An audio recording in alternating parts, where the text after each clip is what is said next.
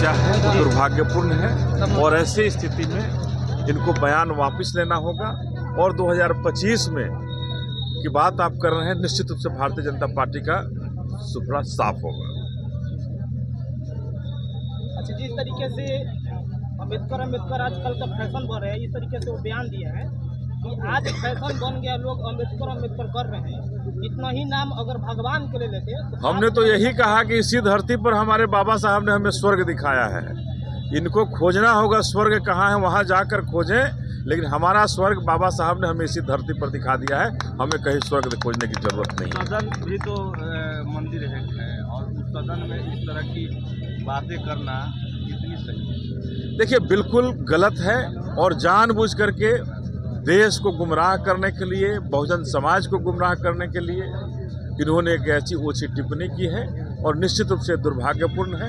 और उससे भी बड़ा दुर्भाग्यपूर्ण है कि जो ये बहुजन समाज को मानने वाला नेता आज भी उनके साथ गलबहिया करके बैठे हुए हैं, चाहे वो नीतीश कुमार जी हों, जीतन राम मांझी जी हों, चिराग पासवान जी हों, ये लोग जो उनके साथ बैठे हुए हैं, इससे बड़ा दुर्भाग्यपूर्ण है कि आखिर कब तक बहुजन समाज का बहुजन समाज के खिलाफ करोगे और बाबा साहब के खिलाफ टिप्पणी करने वालों के साथ बैठ करके आप अपने आप को साबित कर रहे हो कि हम आरएसएस के एक एजेंट हैं और ये सभी एक आरएसएस के एजेंट हैं, ये निश्चित रूप से कर रहे हैं।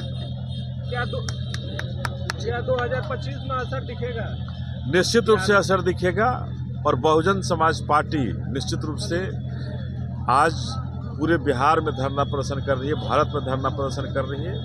और भारतीय जनता पार्टी का जो एजेंडा था कि हम बहुजन नायक पर अपने, जिसको बहुजन समाज के लोग भगवान मानते हों, उनके खिलाफ टीका टिप्पणी करके निकल जाएंगे, बहुजन समाज छोड़ेगा नहीं और बहन मायावती उनको छोड़ेंगे नहीं। और 2025 में इसका असर निश्चित रूप से दिखेगा कि ये इनका सुपड़ा साफ होगा।